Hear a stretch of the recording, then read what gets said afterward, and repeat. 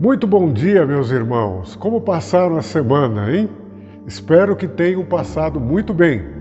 Nós hoje vamos continuar os nossos estudos na Escola Bíblica Dominical, tendo hoje a lição de número 4, que tem por título Ouvindo as Pessoas Certas.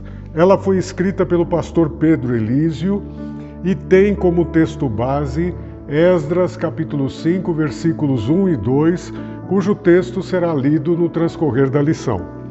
Pois bem, meus irmãos, vocês sabem, nós estamos vivendo tempos complicados, né? Um período bastante difícil. Por quê? Porque nós temos notícias verdadeiras e notícias falsas sendo disseminadas, né? Muitas vezes influenciadores digitais transmitem notícias verdadeiras, notícias falsas, e as notícias falsas têm por nome moderno fake news, que são as antigas notícias falsas, ou mentiras, ou meias-verdades. E isso acaba gerando uma guerra de versões do mesmo fato. O que pode ser verdade e o que pode não ser. Então, o autor da lição fala que nós precisamos nos voltar para a palavra de Deus e analisar o que ocorre atualmente com base nela. E para isso nós vamos voltar no tempo. Vamos ver o contexto da época em que o Templo de Jerusalém seria construído. O povo israelita, tinha ficado 70 anos no cativeiro babilônico, e isso em decorrência de terem desobedecido a palavra de Deus, os mandamentos de Deus, e por causa disso tiveram esse final de serem castigados com a ida para o cativeiro. Isso estava profetizado em Deuteronômio e também no livro de Levítico. Pois bem, o desafio era reconstruir o Templo de Jerusalém, que tinha sido destruído por Nabucodonosor. Se você olhar Esdras capítulo 3, há um clima de ânimo, de alegria, de desejo realmente de reconstruir. Mas se você pegar o capítulo 4 de Esdras, os inimigos começaram a atuar, desanimando o povo, influenciando para que o povo parasse a construção. E eles conseguiram, porque a história diz que durante 13 anos a obra do templo ficou paralisada. Portanto, para se prosseguir na obra, há necessidade de ouvir as pessoas certas e ter as orientações certas. Agora, o próprio autor da lição, no segundo ponto, pergunta: quem são as pessoas certas? Quais as pessoas que nós devemos ouvir, considerar aquilo que estão falando? O texto de Esdras, capítulo 5, versículo 1, diz: o profeta Ageu e o profeta Zacarias, filho de Ido, profetizaram aos judeus que estavam em Judá e em Jerusalém em nome do Deus de Israel que estava sobre eles. Os profetas Ageu e Zacarias, que também escreveram os livros com os seus nomes, foram contemporâneos daquele período de reconstrução do templo. Viveram, melhor dizendo, na mesma época que Esdras, que Neemias. Portanto, eles foram pessoas certas porque estavam ali incentivando o povo, exortando o povo a começar a reconstrução, visando com que o templo viesse a ficar pronto. Foram pessoas certas, falando palavras adequadas, motivando as pessoas. As pessoas certas são aquelas que estão cheias do Espírito Santo de Deus e falam em nome desse mesmo Deus. Não basta apenas ouvir aqueles que afirmam falar em nome de Deus. Os conselhos que trazem vida e transformação precisam vir de pessoas que têm uma vida de intimidade e profundidade com o Senhor. Deus usa pessoas certas para nos consolar.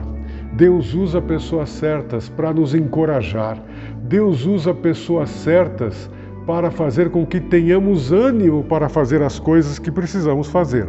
Agora, quando chegamos no terceiro ponto, o escritor da lição diz: ouvir requer disposição para obedecer. E aí vamos para o segundo versículo de Esdras capítulo 5, que diz assim: Então Zorobabel, filho de Sealtiel, que era o governador de Judá, e Jesua, ou Josué em outras versões, filho de Josadaque, que era o sumo sacerdote, dispuseram-se e começaram a construir o templo de Deus que está em Jerusalém. E os profetas, no caso Ageu e Zacarias, os profetas de Deus estavam com eles e os ajudavam. Após terem entendido as orientações para a construção do templo, eles recomeçaram a construção, incentivados pelos profetas. A questão não é somente saber o que é certo, mas decidir obedecer. Os líderes, no caso o governador Zorobabel e o sumo sacerdote Josué, decidiram obedecer. Por quê? Porque perceberam que Deus estava com eles e Deus queria isso. Mas tem pessoas que não obedecem. E aí, no quarto ponto da lição, o autor determina o seguinte: ouvir sem obedecer traz sérias consequências. Houve um período, antes de se começar a reconstrução, que Ageu, lá no seu livro, no capítulo 1, do versículo 5 ao 11, a gente não vai ler, onde ele diz o seguinte: considerai o vosso passado. E ele começa a enumerar, começa a falar, dizendo que a lavoura era feita, mas ele escolhia um pouco. O dinheiro que eles colocavam no bolso parecia que o bolso estava furado, porque não permanecia. Quer dizer, tudo que eles faziam não rendia. E a causa era que eles estavam cuidando da própria casa, das suas casas, e estavam deixando a casa de Deus, o templo, sem trabalhar, sem reconstruir. Então, essa era a causa. O povo estava vivendo de maneira egoísta e experimentando a miséria social e econômica. O templo, como consequência, estava em ruínas. O Dr. Russell Shedd, quando ele trata desse texto, ele diz assim: por causa da negligência deles com o Senhor e sua casa, o Senhor não derramaria as suas bênçãos. A desobediência a Deus traz consigo consequências desastrosas. E é verdade, você, se já desobedeceu a palavra de Deus, você percebeu que você teve consequências terríveis na sua vida, desastrosas. E naquela época não era diferente. Agora chegamos no quinto ponto. Ouvir exige compromisso e empenho. Exige compromisso e empenho. Em Ageu 1, de 12 a 15, eu vou ler rapidamente, diz o seguinte: então Zorobabel, filho de Sealtiel, melhor dizendo, e o sumo sacerdote Josué, filho de Josadaque, com todo o restante do povo, obedeceram à voz do Senhor Deus e às palavras do profeta Ageu, a quem o Senhor seu Deus havia enviado. E o povo temeu o Senhor. Então Ageu, o mensageiro do Senhor, trouxe ao povo esta mensagem do Senhor: eu estou convosco, diz o Senhor. Então o Senhor deu ânimo ao governador de Judá, Zorobabel, filho de Sealtiel, e ao sumo sacerdote Josué, filho de Josadaque, e a todo o restante do povo. E eles foram e começaram a trabalhar no templo do Senhor dos Exércitos, seu Deus, no 24º dia do 6º mês. Ouvir exige compromisso e empenho. Ageu dá uma palavra de motivação. Quando nos dedicamos a cumprir a vontade de Deus, a presença dele faz toda a diferença. Agora, irmãos, para nós pensarmos e agirmos, ele coloca primeiramente: quem são as pessoas que nos cercam? Quais as características delas marcam a sua vida e a sua história? Precisamos pensar para quem abrimos o nosso coração e de que maneira isso nos influencia. É muito importante nós sabermos com quem abrimos o coração, para sabermos que se essas pessoas, mediante a sua vida exemplar, mediante o seu compromisso com Deus, têm condições de nos dar um aconselhamento adequado, uma orientação correta. O segundo ponto para pensar e agir, o autor diz: estamos dispostos a obedecer? Obedecer é o segredo do sucesso. A desobediência pressupõe castigo. Não basta ouvir diariamente a vontade do Senhor e seus conselhos se não decidimos colocá-los em prática. É muito importante colocar em prática a palavra do Senhor. Não basta ouvir, mas sim colocar em prática. É o que diz Tiago 1,22. Sede, pois, praticantes da palavra e não somente ouvintes, enganando-vos a vós mesmos. Que nós realmente possamos ouvir as pessoas certas e colocarmos em prática a palavra de Deus. Toda a nossa vida, as nossas decisões, as nossas atitudes serem baseadas na palavra de Deus e fazermos tudo em obediência a ela. Que Deus nos abençoe e que você possa ter uma semana abençoada na presença de Deus. Um bom domingo.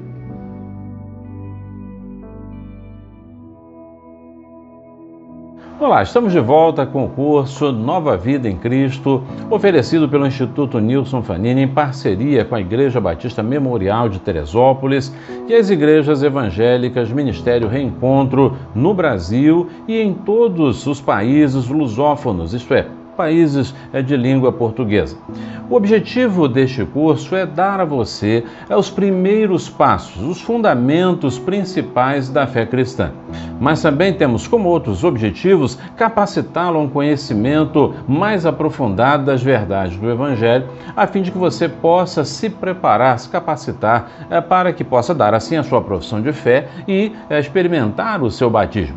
Não apenas isso, também você estará capacitado a ensinar outras pessoas os fundamentos da fé cristã e desta maneira discipular aqueles que precisam conhecer um pouco mais, se integrar um pouco mais e dessa maneira dar os primeiros passos de sua vida cristã ao lado do Senhor e na Igreja de Jesus Cristo. Então, eu quero convidar você para que juntos possamos participar de mais uma lição, de mais uma série de verdades na palavra do Senhor nesta oportunidade. Eu sou o pastor Roberto Santos, pastor da Igreja Batista Memorial de Teresópolis e também vice-presidente do Instituto Nilson Fanini. A primeira coisa que eu quero deixar com você nesta oportunidade é que a Bíblia é a fonte da nossa alimentação espiritual. A Bíblia é a fonte de nossa alimentação espiritual. Todos nós e todo ser humano precisa se alimentar, desde antes do seu nascimento até o final de sua vida. É por meio da alimentação balanceada, controlada, ajustada à idade, às fases da vida, aos momentos que passamos, que podemos então nos fortalecer e sermos assim preparados para os desafios que enfrentamos diariamente. Não é diferente na vida espiritual. Precisamos também alimentar a nossa alma e a Bíblia é a fonte desta alimentação que nos dá condições de avançar, de crescer, de enfrentar desafios, de robustecer a nossa fé. Por essa razão, o apóstolo Pedro, na sua primeira epístola, no capítulo 2, verso 2, diz assim, você lê aí no seu vídeo: como bebês recém-nascidos, desejem intensamente o puro leite espiritual, para que por meio dele cresçam e experimentem plenamente a salvação.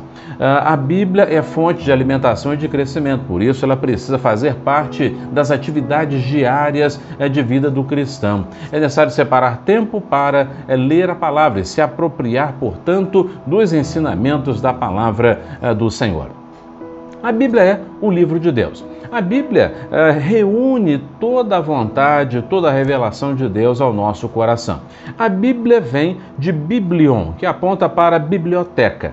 Sim, a Bíblia é a biblioteca de Deus. É tudo aquilo que Deus desejou falar ao meu e ao seu coração.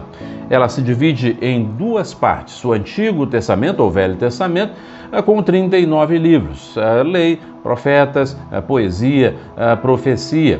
O Novo Testamento, na segunda parte, com 27 livros, os Evangelhos, as Epístolas de Paulo, História da Igreja, bem como a Revelação, Apocalipse ou a Escatologia, as últimas coisas. Quando lemos para a palavra do Senhor, nós vemos que ela foi reunida durante 1.500 anos, num espaço de 1.500 anos. Cerca de 40 homens de Deus foram usados para que a palavra de Deus fosse composta e ela foi preservada ao longo dos tempos. Quando olhamos para a Bíblia, nós percebemos claramente um único assunto, apontando para a vinda do Senhor Jesus e toda a obra salvadora de Deus em favor do homem. Não há contradições, a Bíblia concorda com ela mesma, a Bíblia esclarece ela mesma e dessa maneira podemos ler e conhecer e nos aprofundar na palavra de Deus com absoluta segurança. A Bíblia também é um livro diferente de todos os outros. A Bíblia é diferente de todos os outros. Há pessoas que dizem assim, por que eu devo crer na Bíblia se ela foi escrita por homens? Bem, a Bíblia foi escrita por homens, entretanto, homens que foram dirigidos, inspirados pelo Senhor Deus para que as verdades de Deus pudessem chegar ao nosso coração. Dessa maneira, a Bíblia não caiu do céu pronta, mas Deus usou homens que, capacitados pelo Espírito Santo, puderam registrar a vontade do Senhor. O apóstolo Paulo, escrevendo a Timóteo no capítulo 2 Timóteo, capítulo 3, versos 16 e 17, diz assim: toda a Escritura é inspirada por Deus e útil para nos ensinar o que é verdadeiro e para nos fazer perceber o que não está em ordem em nossa vida. Ela nos corrige quando erramos e nos ensina a fazer o que é certo. Deus a usa para preparar e capacitar o seu povo para toda boa obra. Quando olhamos para esse texto, nós vemos que a Bíblia foi inspirada, isto é, theopneustos, soprada por Deus. Deus soprando nos ouvidos daqueles que iam escrevendo as suas verdades. A Bíblia também é um conjunto de orientações que nos fazem caminhar corretamente, a fazer todo o bem, a pôr em ordem a vida e preparar e capacitar para toda boa obra. Nessa mesma direção, o apóstolo Pedro, na sua segunda epístola, no capítulo 1, verso 20 e 21, ele diz assim: acima de tudo, saibam que nenhuma profecia das Escrituras surgiu do entendimento do próprio profeta, nem de iniciativa humana. Esses homens foram impulsionados pelo Espírito Santo e falaram da parte de Deus. Impulsionados pelo Espírito Santo, movidos pelo Espírito Santo, como barco à vela que é empurrado pelo vento. Assim também, os homens foram empurrados pelo Espírito Santo para que pudessem registrar a palavra, o conteúdo da palavra do Senhor, o nosso Deus. Mas a Bíblia foi combatida, perseguida, mas ela nunca foi destruída e nunca será. O apóstolo São Pedro, escrevendo na sua primeira epístola, capítulo 1, verso 25, disse: pois os seres humanos são como capim, sua beleza é como as flores do campo. O capim seca, as flores murcham, mas a palavra do Senhor permanece para sempre. E essa palavra é a mensagem das boas novas que lhes foi anunciada. A Bíblia tem sido combatida, desacreditada, mas ela permanece falando aos corações, transformando vidas. A Bíblia está em nossa vida, ou foi dada por Deus para que abençoasse a nossa vida, nos ajudando na tomada de decisões, acertar o nosso caminho, rever o nosso caminhar, nossas decisões diversas. Por isso que o Salmo 119, verso 105 diz assim: tua palavra é lâmpada para os meus pés e luz para o meu caminho. O apóstolo Paulo, também falando a Timóteo, ele diz assim, que é necessário que todo aquele que conhece a Cristo Jesus seja habilitado no manuseio das Escrituras, da palavra do Senhor. Por isso ele diz assim para Timóteo, na sua segunda epístola, no capítulo 2, no verso 15, esforce-se sempre para receber a aprovação do Deus a quem você serve. Seja um bom trabalhador, que não tem de que se envergonhar e que ensina corretamente a palavra da verdade. Que ensina corretamente a palavra da verdade. Bem, por onde devo começar a leitura da Bíblia? Bem, se você está começando a leitura da Bíblia, comece não pelo começo. Todo livro tem um começo, Gênesis, mas comece pelo Novo Testamento, a segunda parte. Pelos evangelhos, conhecendo a história do Senhor Jesus, conhecendo o Novo Testamento, a história da igreja, doutrinas da igreja do Novo Testamento.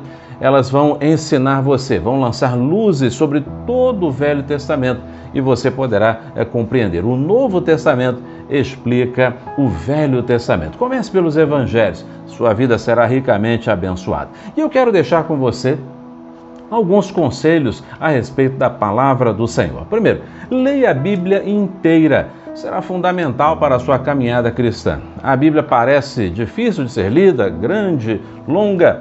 Entretanto, você pode fazer a leitura da Bíblia ao longo de um ano e isso será bênção para você.